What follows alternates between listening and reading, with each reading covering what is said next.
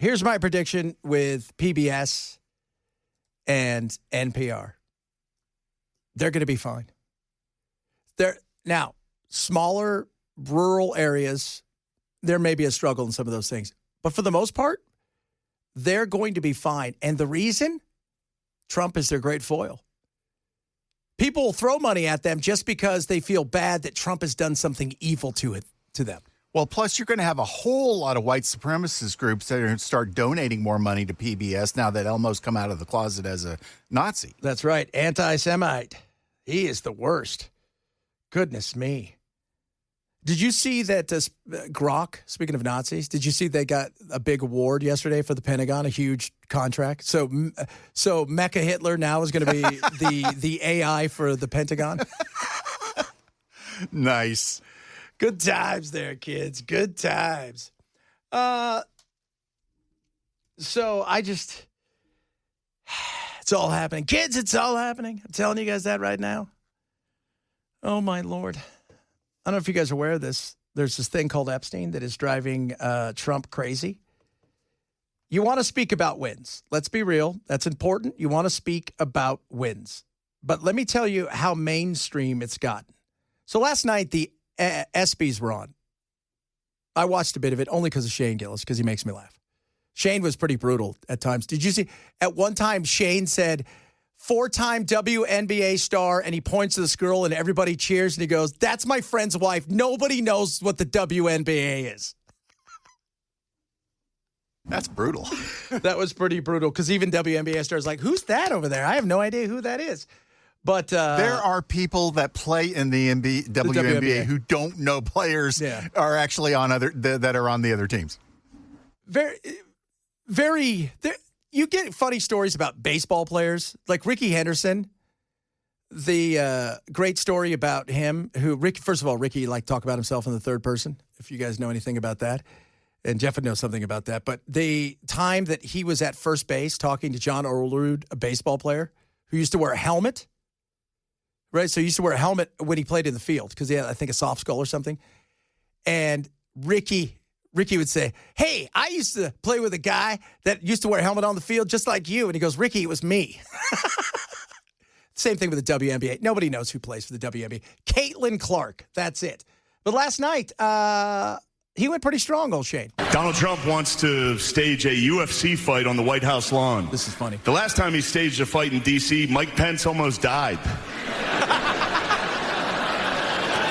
All right. No, you don't have to do that. It was fine. I didn't write it. Actually, there was supposed to be an Epstein joke here, but as it got deleted. Must have probably deleted itself, right? Probably never existed, actually. Let's move on as a country and ignore that. Here's the issue with the Epstein thing. We're obsessed in this nation with crime. Crime entertainment. Crime-tainment? I don't know. We need to give it a cool name. Crime. It can't be crime-tainment. That can't be it. It's got to be like something, because we're obsessed with it. I mean, go look at the number one podcast every year are all it's about all true crime. It's all true crime. We're interested in all of these things. They have been around for a while, but we pay attention. It used to be something would come on. It would be 2020 or Dateline. What's the one with, was it Morrison? Keith Morrison? Keith Morrison. We're obsessed with it. And you know who's obsessed with it? A lot of people who don't follow politics. Right? They can't tell you who the Speaker of the House is, but they know who Casey Anthony is. Right? They can't tell you who their congressperson is, but they know who Brian Kroberger, whatever the hell his name is in Idaho is. They know those people. This has all of the makings of the things that people enjoy watching on TV, which is weird. Usually it's just women who like to watch and find out if that girl got away with murder or if that guy did it. This is why this is going to become an issue that's not going to go anywhere. Because I got so many texts from people who listen to me because we talk about crazy, wacky stuff, who don't pay that much attention to politics. And they're interested. What's the real story? What's really going on? Oh, I didn't even know that. It's become a crime issue now. It's jumped the political battle and became a crime issue. And that's something that is going to be tough for Trump to try to squash the People magazine readers. Do they have People magazine? I'm sure they do. The TMZ. No, dude, there's a segment of our audience that just went, what's a magazine? Yeah. Murder porn. Website. Murder porn. That's a perfect example. Crime and justice, murder porn, those kind of things. This has become a situation now where the average person who doesn't pay attention, first of all, it's easy somewhat to pay attention. Russia, Russia was a hoax, but even if it was real, why it would have been tough to sell to America? You couldn't follow along. Why it was easier to sell the Ukraine BS on Trump is because it was a phone call. There wasn't 9,000 players involved. This is in the wheelhouse of the podcast people. This is in the wheelhouse of the people who watch the Justice television and Judge television. I'm not talking about Judge Judy or Judge Joe Brown. I'm talking about those people that watch, as that person said, murder porn. I mean, you go home tonight to Netflix and you turn on television and you turn on your Netflix. You know what you're going to see? You're going to see 2 or 3 things about the Idaho murders, right? You're going to see something about the woman that was killed a couple years ago out in the national park. You'll see a whole bunch of documentary. They're everywhere. This is that kind of thing. And that's what's going to be a tough thing because people who aren't normally interested are interested. TMZ, by the way, has been all over this. I mean, this has been like their thing over the last couple days because it's got some celebrities probably. It's salacious. It's all of the things. And now you're starting to get something else. The people that tried to break the story years ago are now having the opportunity to speak. And I don't know if you guys remember this. This is Amy Robach. She's the one that ended up having that affair with her co-host on Good Morning America, and they both had to leave. But before that, she was an investigative journalist, and she was talking on a hot mic about this entire thing about 3-4 years ago. I've had the story for 3 years. I've had this interview with Virginia Roberts. We would not put it on the air. First of all, I was told, who's Jeffrey Epstein? No one knows who that is. This is a stupid story. Then the palace found out that we had her whole allegations about Prince Andrew and threatened us a million different ways. We were so afraid we wouldn't be able to interview Kate and Will that also quashed the story. And then Alan Dershowitz was also implicated in it because of the planes. She told me everything. She had pictures. She had everything. She was in hiding for 12 years. We convinced her to come out. We convinced her to talk to us. It was unbelievable what we had. Clinton, we had everything. I tried for 3 years to get it on, to no avail, and now it's all coming out, and it's like these new revelations, and I freaking had all of it. I'm so pissed right now. Like, every day I get more and more pissed because I'm just like, oh my God, what we had was unreal. Other women backing it up. Brad Edwards, the attorney, 3 years ago, saying there will come a day when we will realize Jeffrey Epstein was the most prolific pedophile this country has ever known. I had it all 3 years ago. It's not going anywhere now. And several of you are chiming in and on the text line, and feel free to text us. We love hearing from you, that are saying, oh my God, my roommate, my wife, everybody watches that. You get sucked into those things. And that's why those true crime podcasts are so big, because people do get sucked into them. Now it's open in a way that it hasn't been before. And now people that don't normally pay attention are paying attention. Now people, so you've got a younger group in the MAGA people who are pissed in the way that they feel that and rightly so. I mean, they're not thrilled by the way that Trump acted and accusing them of something, because this is something that you pushed. Before, it was periphery, right? It was QAnon stuff. Oh, sure, right? Here's part of the deep state, this cabal of evil billionaires who control the world, who are trying to get Trump fired, who are, through the election, who have a ring of child porn on some island, and nobody believed it. Now it's become mainstream, and it's okay to talk about it. If you don't think there's power behind it, this is crazy. I want you guys to listen to this.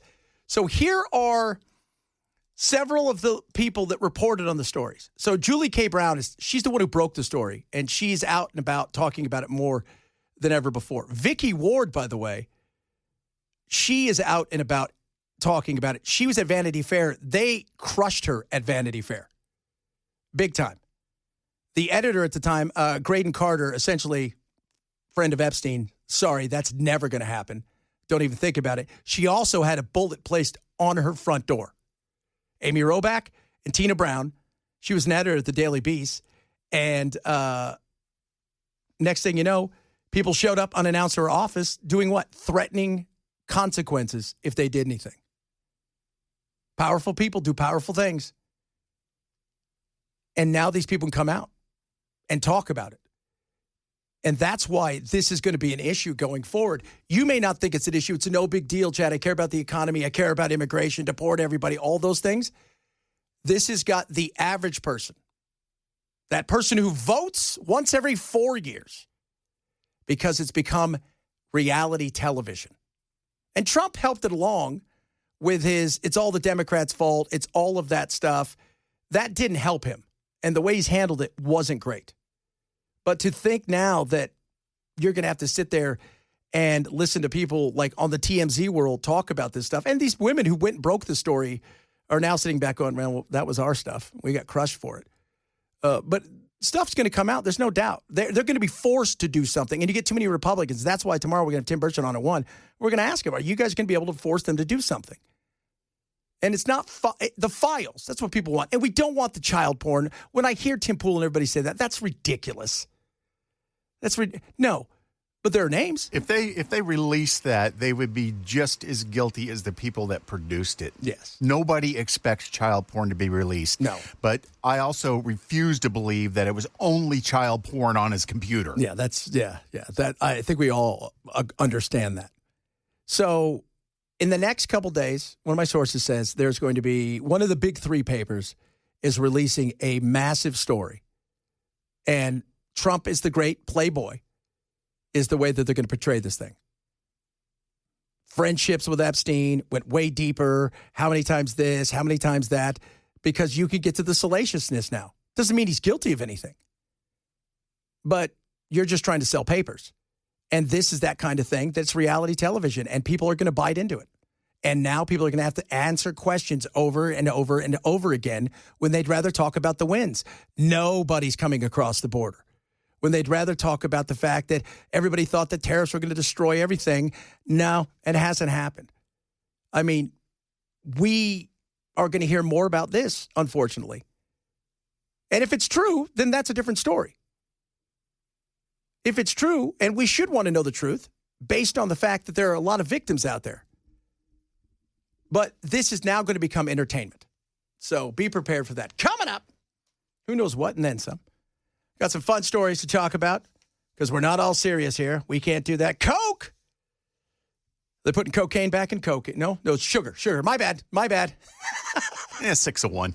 Oh, my Lord. We'll talk about that, among other things. It is Chad Benson, Super Talk 99.7.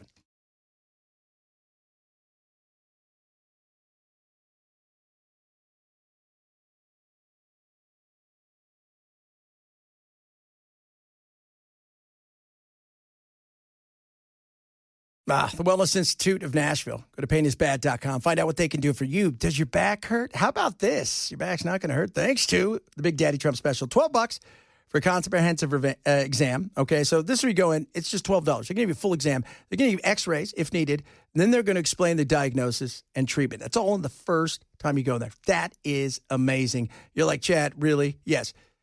You're going to go, why didn't I come here first? And secondly, are you really going to get my back back? Yeah, Dr. Mitchell and Dr. Ashley are amazing. The technology with their experience, you put it together, you know what you have? Your back. Not hurting, living life to your fullest, and living without pain. That's what it's all about. Call 615-246-5009, 615-246-5009 to get the Big Daddy Trump special. $12, comprehensive exam, x-rays if needed, all of that for just $12 right now. Go to painisbad.com or call the Wellness Institute at 615-246-5009. So, what is the president's next move in this whole Epstein mess? Could it be a special counsel? And top leaders touring Alcatraz today. Not the one with the alligators, but the one that's on the rock. We'll have those stories coming up at 1:30 on Super Talk 99.7 WTN. People are laughing because I said Coke. Because Coke used to have Coke in it back in the day. Like Jolt Cola. Jolt Cola, your heart will explode. It puts the pep in Pepsi. Jolt Cola, I don't think people realize. We sit here and talk about, like, it's got wings and the Red Bull and all this stuff. Jolt Cola was like 16 cups of coffee. And they bragged about it. That's right. Your heart will explode.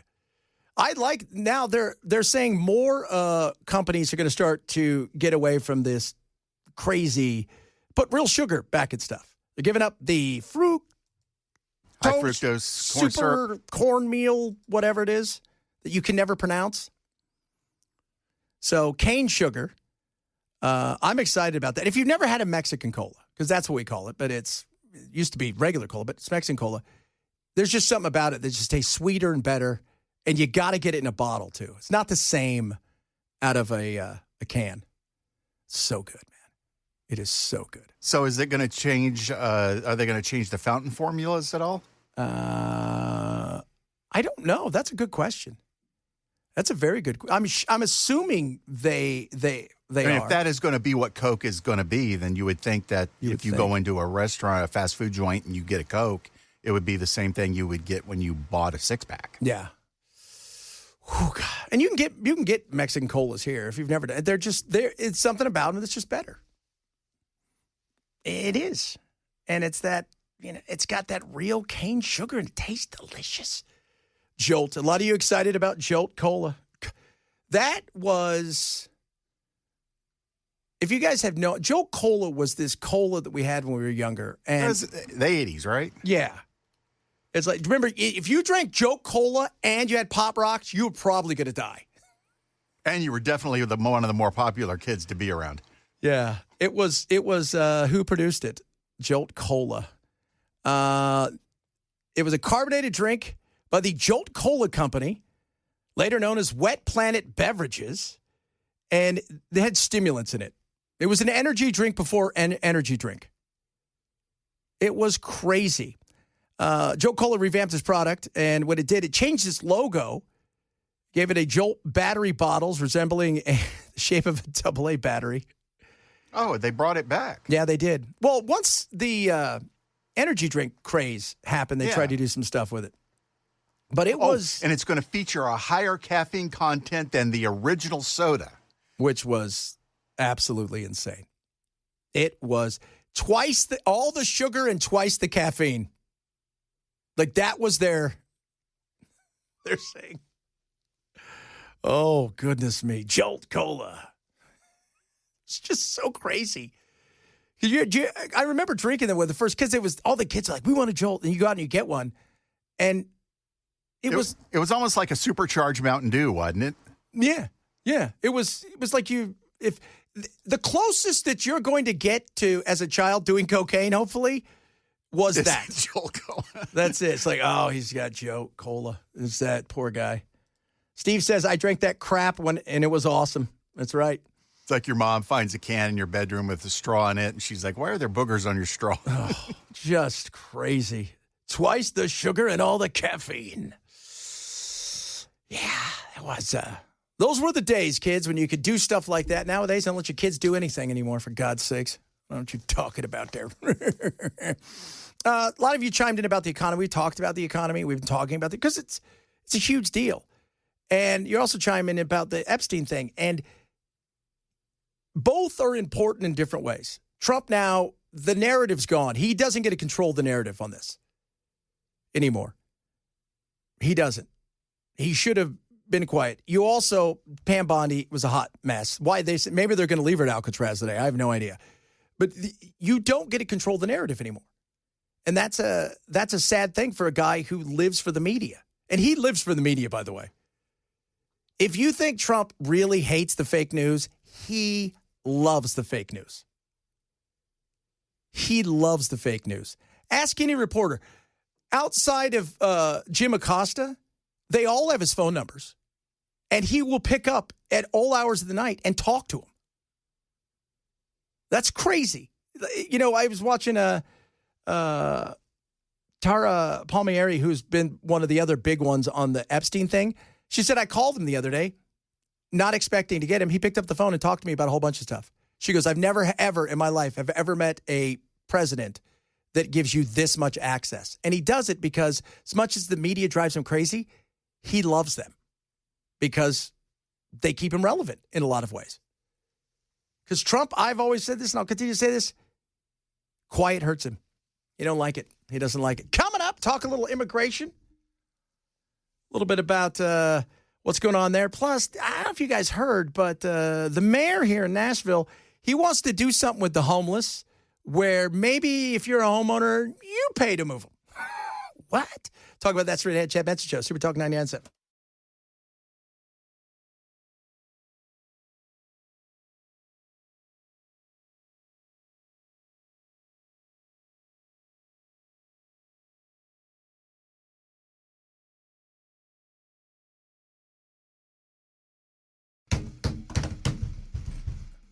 A lot of rock and roll right there. So, immigration. What to do with immigration? That's the gazillion-dollar question. And I think, look, Trump's feeling it from a lot of different ways. The reality is if you think that Trump is going to go, we got to get rid of everybody, that sounded great, but the reality of actually doing it, it's going to be tough, it's super expensive. I mean, think about it, $450 million for alligator Alcatraz. That's a lot of money. And now they want to add another, $250 million potentially to build out Alcatraz, which nobody talks about when it comes, like, they always, the alligators are out there. You know what else is out there? Anybody? Sharks. And there's sharks out in, certain areas of the swamps as well, in the deeper water, because you got bull sharks and they breathe fresh water. But the question is coming up, amnesty, not amnesty. He has floated it on more than a few occasions, something, because he understands he's got a lot of big donors out there that are talking to him in his ears. And he's not quite sure, he wants to stay strong for the base. And that's that thing we've talked about with the purity test, where I think he would look for a way to keep some people here who've not broken the law outside of coming here or overstaying a visa. And if you want to, here's a little something for you. If somebody says it's a civil violation coming across the border, if you come across the border illegally, so you've done it illegally, it's a crime. But it'll be adjudicated in civil court if it's adjudicated at all. If you overstay a visa, it is not a crime. It's just a civil violation. So people want to know that. So today, I was watching my buddies over at News Nation, and they had a guy on who wrote this big op-ed piece about that he was with the Biden administration. And he's got the fix, by the way, when it comes to the border. He's got the fix. Border crossings are at a historic low as compared to a year ago during the Biden administration's open port policy, or a couple of years ago.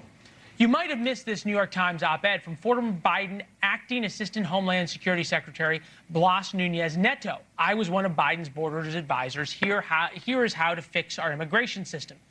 The Department of Homeland Security responded on Twitter. I was Humpty Dumpty. Here's how to sit on a wall. Others tacked on. This is like an arsonist saying they know how to put out a fire. Or I'm a Cincinnati Bengals player. Here's how you win Super Bowls. That didn't go over well. And that was at the New York Times, by the way. So people were hammering him there. And he wrote an op-ed. He's going to come from the left side of the aisle in this. And anybody who goes out there and does something, God bless you for doing it. But the reality is it's the internet. You could say hi on the internet and somebody's going to call you a racist and kick you in the grundle if they can. Did you realize sort of what you were opening yourself up to when you wrote this? Of course. I think this issue has become such a polarizing one in this country. And anytime you try to address it, I think you are open to criticism from both sides of the party, of the political aisle, I should say. I will just say, I think it's important to try to talk frankly, to the American people about why we keep seeing these surges in immigration under presidents of both parties. We've been seeing them now for 25 years. And if I may, in response to the DHS tweet, I will say I think the real Humpty Dumpty here is our immigration system, and I think it's deeply unfortunate that DHS is more focused on insulting people like me. Yeah, look, being mean on social media is cheap. Criticize the policy, criticizing the person shows sort of, I think, a meanness that I don't particularly care for. I don't think it accomplishes anything. No, but it doesn't accomplish anything.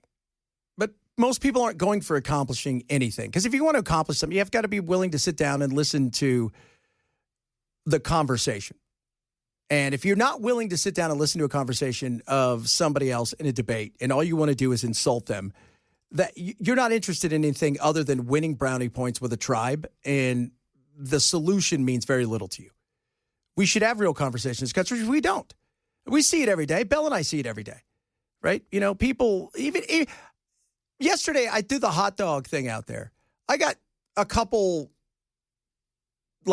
people that replied, had nothing to do with hot dogs, that were just vile. And I sat there and laughed. I'm like, what are you doing? You can't even smile. By the way, the Hebrew National won the best hot dog. But the fact is if you want to have a real conversation about stuff, we should. What are real solutions? One thing I will say about Trump is transformational. He is. You know, people always ask me, do you like? No, here's what I like. I want honesty. I want truth. I'm not going to blow smoke. I want facts and data. And if the same people that say everybody lives their life in feelings, they don't like it when you bring facts and data that juxtapose their position about anything, because it then hurts their feelings. We should just want the truth. And where I say about Trump being transformational is, I think in his heart, I think if he had a chance to get something done that wouldn't piss off the base about a different way of doing immigration and keeping some of these people, I know for a fact he would do it. Absolutely 100%. Because he looks and thinks, well, not only his donors, but he understands as well that we do need some workers. And they're not getting paid nothing. And so it's going to be very interesting to see how he can play this thing out going forward, because now Tom Homan's come out and said, yeah, well, we're not going to give amnesty, but we're also not maybe going to go after certain people. I think the president understands. You know, he has made the commitment. I know the Department of Homeland Security, along with the Department of Labor, is in Department of Agriculture, are talking about policy changes now. I mean, the president's committed there will be no amnesty, but there's a lot of smart minds at the White House talking about, is there something for farm workers? Is there something for hospitality? And the president says we're going to relax and not prioritize them, even though they've never been prioritized. We're not prioritize them because we're going to see what we can work here. And Trump has created another thing, and you know what that is? Reading a room. That's why I think everybody was surprised about the whole Epstein thing, because he didn't read the room well enough on that one, and he continued to fan the flames. But read the room on the polls. The polls are shifting in a major way. And everybody throw everybody out, everybody's pissed off. That has changed now. And Trump looks at those things, because Trump's one of those guys where can I be on a 70-30 kind of thing? Where can I be? So get ready for this. Americans have grown markedly more positive towards immigration. So you've got the SSRN and now the Gallup polls. Are you ready for this? 79% of U.S. adults say immigration is a good thing for the country. And that is a reversal of the 4-year trend, which was people were getting pissed. Why? Because they saw everybody walking across the border. And that is what has happened. And then Trump said, hey, the worst first. And then everybody saw how the sausage was made, which was people going in there. They're putting the stories out there. They not getting the opportunity to arrest the worst first, because everybody wants to stand up and say, we're going to protect anybody at all costs, like Kamara Brago. And then you're desperate as far as we got to go get some of these people. So you go to where they are. And the people that are working, trying to keep their head down, they're getting popped. So, and I'm not going to get ahead of the president what that decision would be. I can tell you this. I worked for 6 presidents, starting with Ronald Reagan. My job is to operate within the framework provided me by the administration. So if the president comes up with a policy and says, okay, here's what we're going to do for farm workers, then ICE will abide by that policy. So we'll see what come out of it. But people are talking about, is there something can be done? And I know they're talking now, and I expect something will come out soon, but we'll see where it goes. I don't want to get ahead of the president on what I think's coming or if something's even coming, but I know people are talking. And something is, I think, coming. Now, what is that? I don't know. Some sort of worker amnesty kind of thing where the workers are going to have to be sponsored by the employer, those kind of things. I think that's a possibility. There's no doubt in my mind. I think that right there is a possibility. And short-term visas, maybe 6 months or a year. Again, I think that's a possibility. All of those things are on the table because that also leaves you the opportunity to say, all right, you know what? Now we can get rid of these people. If you overstay these visas, you put some things in there. And this is if you haven't committed a crime, if you haven't, your only crime was either overstaying a visa or coming here. You pay a fine, and then you have to, every 6 months or a year, re-up. Yeah, that's definitely a possibility. Is it going to be 20 million people or 22 million? No. But he's got to figure out how to sell it. And you just heard, Tom Homan there saying, I think this is what's going to happen. I feel like this is going to happen. And then on the other side of it, you have, Carolyn Levitt coming out today go, no chance. So the messaging, because you're testing the message. He did that, was it Indiana, I think, a couple weeks ago, where he came out and he said, well, the farmers, I talked to the farmers. There's my friends. They're in the front row, the farmers. They want it. They need him. These people are good people. They don't want to get rid of him because he's trying to figure out, and he's looking for the purity test. Even now, like with vaccines, he'll say something about vaccines and people will boo. That happened on his watch. Operation Warp Speed. And because there's a certain test that goes with that. In his mind, and he knows he's trying to walk that fine line. And you're seeing the changing of the sentiment in the public. And Trump is great at knowing where the public is. He meets them there. That's why, like I said, the whole Epstein thing, I think, was a bit of a shock to him in this situation because it's now gotten out of his hand where he can't control it, where with stuff like this, he has in the past. And that's why he's so good at reading that room. That's why we said Trump is an entertainer. He reads a crowd.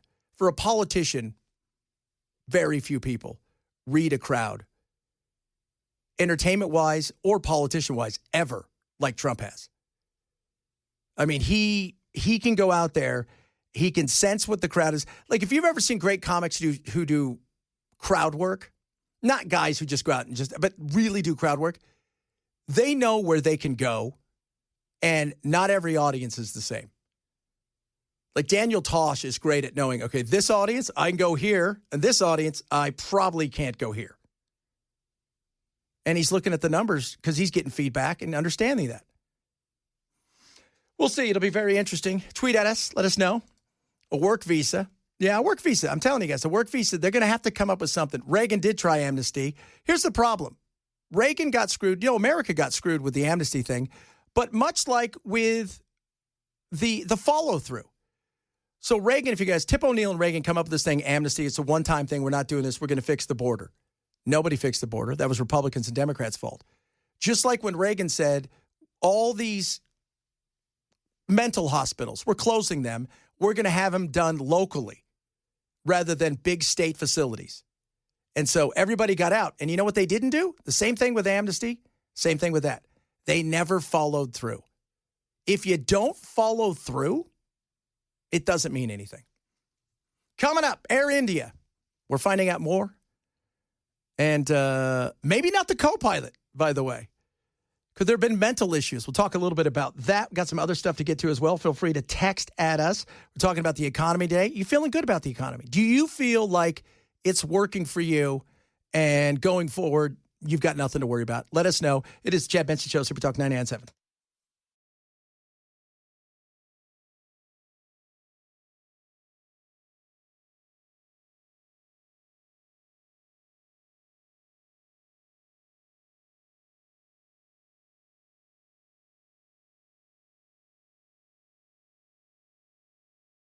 Senate Democrats, they walk out of a Judiciary Committee today. Committee meeting, we'll tell you why. And an arrest for child rape in Sumner County, as well as money news. We'll have all of that at 2 o'clock on Super Talk 99.7 WTN.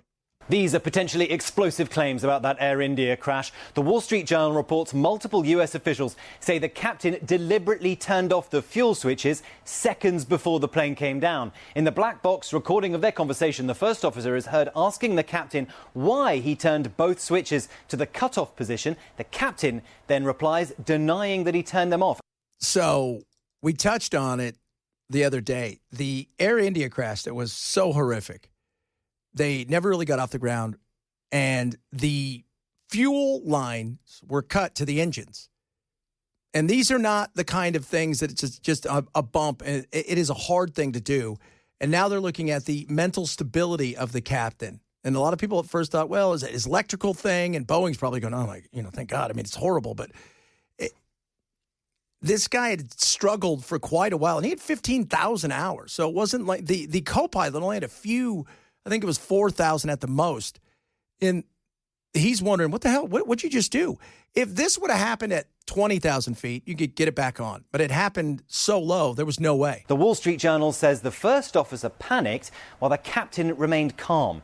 The report says the fuel line was turned back on 10 seconds later, but by then it was too late. The plane crashed and 260 people were killed. The captain was 56-year-old Sumit Sabharwal. He was a veteran with over 8,000 hours of flying experience. His first officer was 32-year-old Clive Kunda. He had over 3,000 hours. And that was that. And Air India had issues. I was reading their safety report wasn't very good. They were. Didn't you do a story last week where they were faking it? They faked it. Air India not only faked some of their safety stuff, the government now is like, yeah, we knew they faked it. But we can't stop flying, right? I mean, come on. Oh, geez. So, you understand, like when stuff happens, you're in the middle of the sky and stuff happens that is a one-off and it's horrific. It's one thing. But when somebody does something like this, I mean, you're a murderer. That's a murder-suicide if this is all to be true. You want to kill yourself, bro. You don't have to take almost 300 people with you.